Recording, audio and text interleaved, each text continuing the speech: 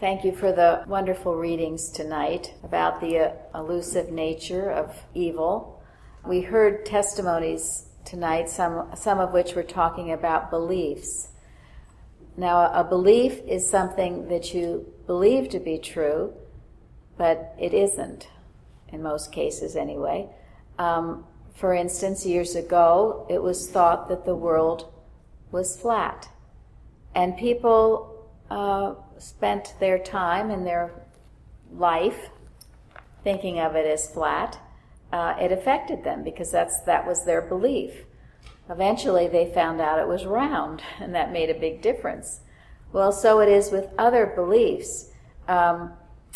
We believe something to be true, and we could fear it or think it's real, and yet it isn't. I'm very grateful to Mrs. Eddy for teaching us about these beliefs and teaching us how to handle them, how to overcome them. And of course, Christ Jesus did. If sin, disease, and death were truly real, how did he heal them? If they were real, he couldn't have healed them. But because he knew that they were beliefs, they were misconceptions about something that was true, he was able to heal. And he proved them not to be real. He overcame sin, disease, and death, as we read in the New Testament, all the healings that he was able to perform. And not just Jesus, there were other prophets of the Bible that could also do this healing work, and Jesus trained his disciples so they could overcome these beliefs. Now, this is radical thinking, because in today's world, everyone says these aren't beliefs, these are real. These are real problems, and you've got them, and you've got to have them. But the glory and wonder of science, that it is a radical religion, a way of life, is that we can prove the opposite to be true. In the lesson this week, Mrs. Eddy says that the Eastern empires and nations owe their false government to the misconceptions of deity. They are prevalent.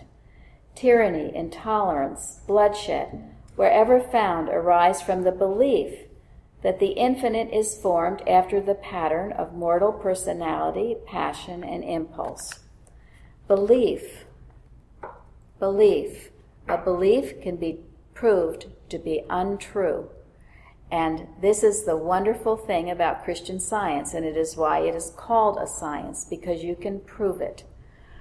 I remember years ago I was very ill with all the symptoms of the flu, and in talking to a practitioner, she was telling me about the omnipotence, omnipresence, and omniscience of God. And she said it with such power and authority, I knew then, if God was all power, all presence, all knowledge, how could I be suffering from this flu stuff? And I had an instantaneous healing of it. If it had been real, that couldn't have happened, but it wasn't. I was suffering from a misconception about the truth. I'm so grateful to Mrs. Eddy. I'm grateful for the readings tonight, which brought it out very beautifully, the elusive nature of many things we accept to be real. I'm so grateful to be here tonight and to be with you all.